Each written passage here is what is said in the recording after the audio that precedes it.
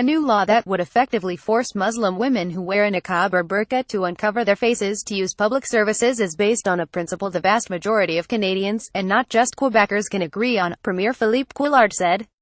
The Liberal government's Bill 62 on religious neutrality was passed Wednesday in Quebec's National Assembly. "We are just saying that for reasons linked to communication, identification and safety, public services should be given and received with an open face," Couillard told reporters.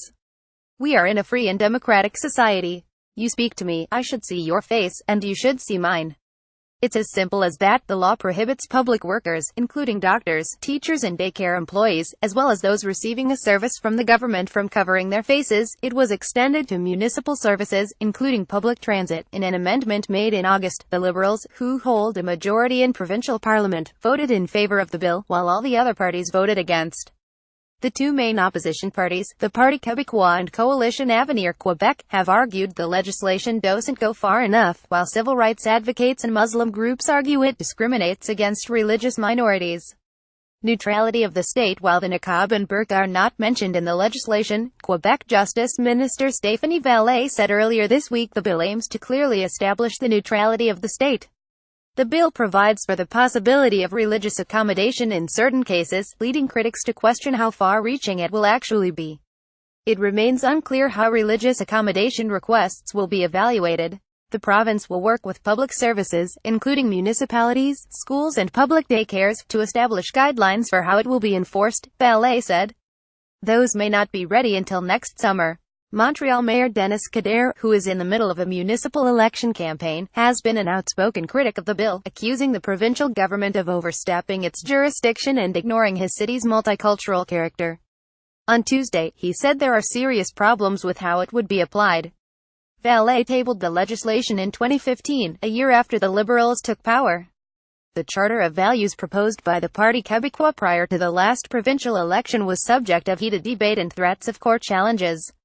Ryan Remillard's Canadian Press. Religion and identity became a key issue in the last election after the Parti Québécois put forward a contentious proposal for a Charter of Values, which would have banned public servants from wearing obvious religious symbols.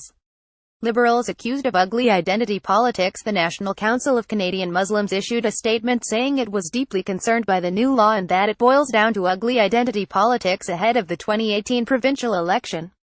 Niqab-wearing woman criticizes Quebec's new law. 053 Zainab Benrud, a 21-year-old Montrealer who wears a niqab, said she would rather stay home than take it off to ride a bus.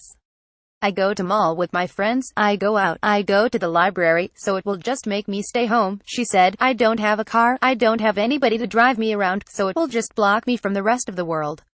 Legal challenge looms at the federal level. NDP leader Jagmeet Singh said he's completely opposed to the law, and he's confident the legislation will be challenged. Prime Minister Justin Trudeau said the federal government does not interfere with provincial laws, but will work to ensure the rights of all Canadians are respected. "I will continue to work to ensure that all Canadians are protected by the Charter, while respecting the choices that different parliamentarians can make at different levels," he said. "Yet here at the federal level, we stand up for the rights of all Canadians." Julius Gray, a prominent Montreal-based civil rights lawyer, called it a terrible law. "I think it's an unconstitutional law as well. It's virtually certain to be set aside whole or, possibly in part," he said. Couillard acknowledged the law could face a legal challenge, but said it was crafted to be compatible with the Canadian Charter of Rights and Freedoms, as well as the Quebec Charter of Human Rights and Freedoms.